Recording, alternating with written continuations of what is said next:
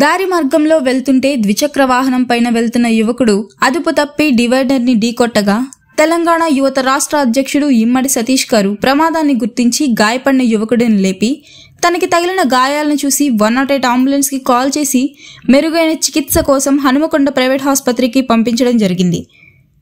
అనంతరం తెలంగాణ రాష్ట్ర యువత అధ్యక్షులు ఇమ్మడి సతీష్ గారు గాయపడిన యువకుడి సోదరునికి చరవాణి ద్వారా ఫోన్ చేసి ఎలా ఉన్నాడు, ఏదైనా సహాయం పడితే ఆర్థిక సహాయం కోసం నన్ను సంప్రదించండి అని ధైర్యం చెప్పడం జరిగింది.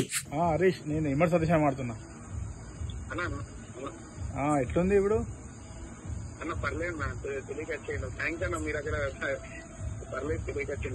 ఓకేనా, అదే నీ వెనకాలనే వస్తున్నా, చూసినా స్పాట్ లో నేనే ఉండి మళ్ళా ఆ లక్ష్మీనాయకుడు డాక్టర్ పిలిచా వచ్చిండు.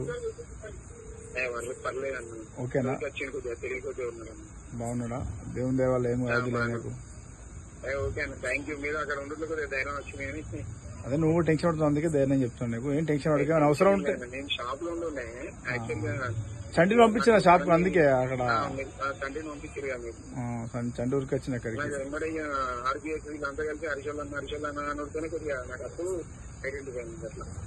ఓకే ఓకే, దేవుని దేవాలయం ఏం కాలే కదా?